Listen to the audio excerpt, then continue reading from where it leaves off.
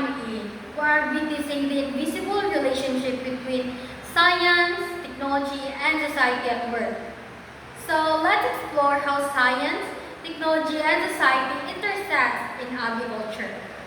Science refers to the study of the natural world, technology is the application of scientific knowledge, and society encompasses human interaction and institutions. These three aspects are interconnected with science informed technology, technology impacting society, and society driving science. For instance, crop genetics and soil science are examples of science in agriculture, while tractors, drones, and precision farming represents technology. However, science and technology are not neutral, as they can have unequal impacts, such as unequal access to resources, leading to dilemmas like productivity versus sustainability, and access to technology versus inequality. This means agricultural innovations are shaped by social priorities, economic power, and government policies. So the question is not only does this technology work, but also who benefits from it and who might be left behind. In the Philippines, we see this intersection playing out in various ways. For example, the use of genetically modified crops has increased productivity, but it has also raised concerns about biodiversity and the right of small-scale farmers. When farmers depend on patented seeds, they may need to buy new seeds every season, increasing their dependence on large companies. This shows a cause and effect relationship. Scientific innovation improves yield, but it may also increase economic dependency. Similarly, the adaptation of precision farming techniques has improved efficiency, but it has also led to job displacement in rural areas. So while productivity increases, employment opportunities may decrease, affecting rural communities socially and economically. So, how do science, technology, and society interact in farming? Fertilizer boosts in yield but harm the environment. Farm machineries increase efficiency but displace labor. Digital tools improve decision making but require access. Indigenous practices are sustainable but often overlooked. For example, when farmers rely heavily on chemical fertilizer, soil fertility may decline over time, leading to long-term sustainability issues. This shows that short-term productivity can create long-term environmental risk. These interactions influence farming practices, making them more efficient but more input dependent. Decision making became data-driven but tech-dependent. Food systems become globalized but vulnerable to market fluctuations. Communities become connected but unequal. This demonstrates that agricultural development is not purely technical. It shapes social structures, labor system, and economic relationships.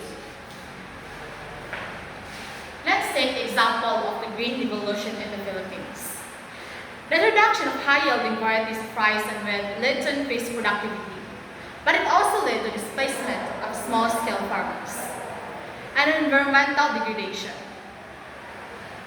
Farmers who could not afford fertilizers, irrigation, and machinery were unable to maximize the benefits of new varieties, widening the gap between large and small producers. Similarly, the use of pesticides and fertilizers has improved crop yields, but it also contributes to soil degradation and water pollution. This reflects the dual role of science and technology solving food shortages while creating new environmental and social challenges. So, dual role science and technology. Science and technology bring both the benefits and challenges to agriculture. On one hand, they increase productivity, improve efficiency, and ensure food availability. On the other hand, they contribute to environmental degradation, inequality, labor loss, and loss of traditional knowledge. From honesty is restricted, every division creates trade-off. The key issue is how to balance technological advancement with sustainability and social justice.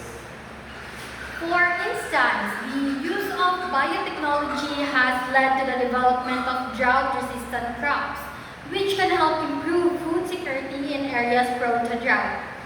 Scientific knowledge about climate patterns and plant genetics allows researchers to modify crops to survive extreme weather conditions. This shows how climate science translates into agricultural technology. However, it has also raised concerns about biodiversity and the right of small-scale farmers. If farmers lack access to training or cannot afford improved seeds, the benefits remain unevenly distributed. Who benefits from agricultural technology? Small-scale farmers often have unequal access compared to large-scale farmers. Indigenous communities' knowledge is frequently overlooked. Women and marginalized groups are often excluded from the benefits of agricultural technology. For example, women farmers may have limited access to credit and land ownership, preventing them from adopting new irrigation systems or digital tools. This shows that technological access is influenced by social structures such as gender roles and land distribution. Equity and inclusivity are essential in responsible agricultural development because innovation should uplift communities, not widen inequality. In the Philippines, we see this playing out in the context of land reform.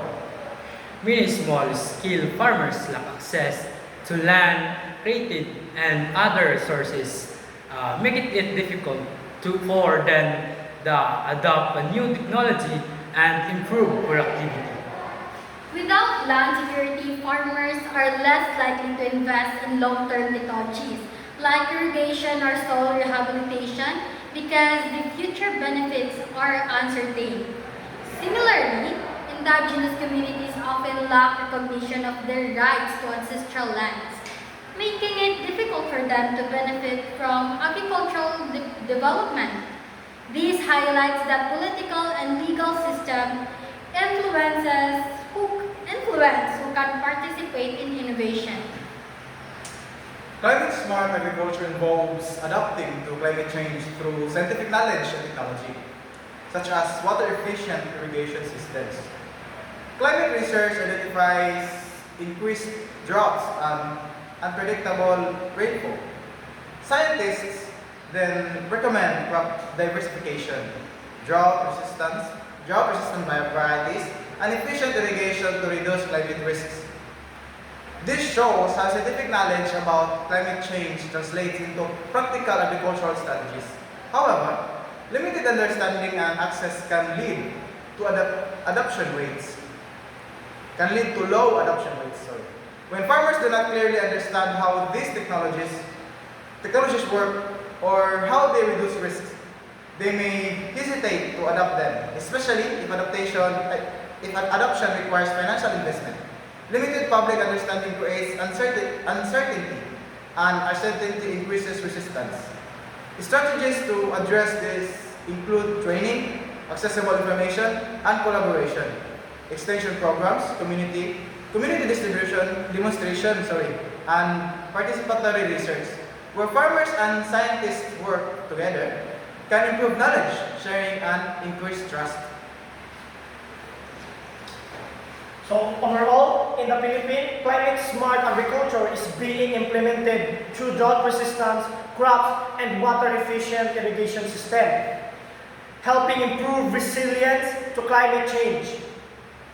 However, more must be done to ensure these technologies are accessible to all farmers, especially small-scale and marginalized communities.